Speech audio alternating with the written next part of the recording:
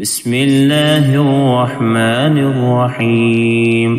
هل أتى على الإنسان حين من الدهر لم يكن شيئا مذكورا إنا خلقنا الإنسان من نطفة أمشاج نبتليه فجعلناه سميعا بصيرا إنا هديناه السبيل إما شاكرا وإما كفورا إنا أعتدنا للكافرين سلاسل وأغلالا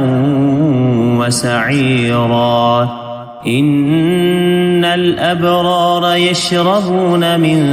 كأس كان مزاجها كافورا عينا يشرب بها عباد الله يفجرونها تفجيرا يوفون بالنذر ويخافون يوما كان شره مستطيرا ويطعمون الطعام على حبه مسكينا ويتيما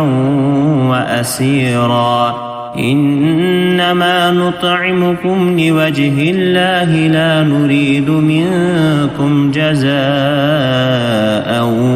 ولا شكورا إنا نخاف من ربنا يوما عبوسا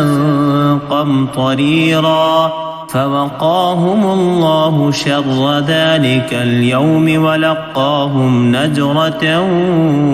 وسرورا وجزاهم بما صبروا جنة وحريرا متكئين فيها على الأرائك لا يرون فيها شمسا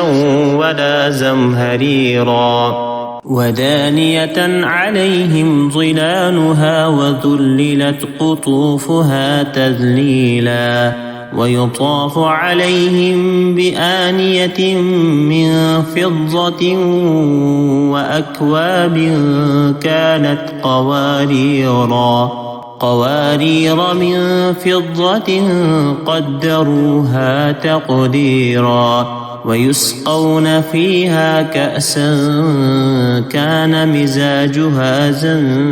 زنجبيلا عينا فيها تسمى سلسبيلا ويطوف عليهم ولدان مخلدون إذا رأيتهم حسبتهم لؤلؤا منثورا وإذا رأيت ثم رأيت نعيما وملكا كبيرا عاليهم ثياب سندس خضر واستبرق وحلوا أساور من فضة وسقاهم ربهم شرابا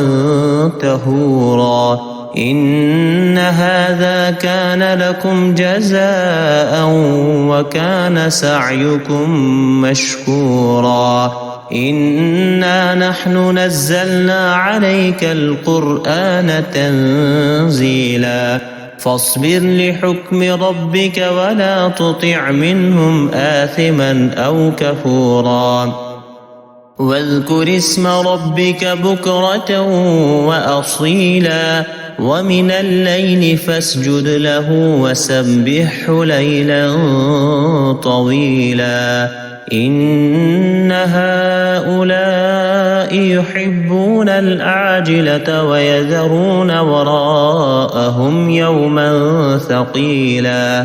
نحن خلقناهم وشددنا أسرهم وإذا شئنا بدلنا أمثالهم تبديلا إن هذه تذكرة فمن شاء اتخذ إلى ربه سبيلا وما تشاءون إلا أن يشاء الله إن الله كان عليما حكيما يدخل من يشاء في رحمته والظالمين أعد لهم عذابا أليما.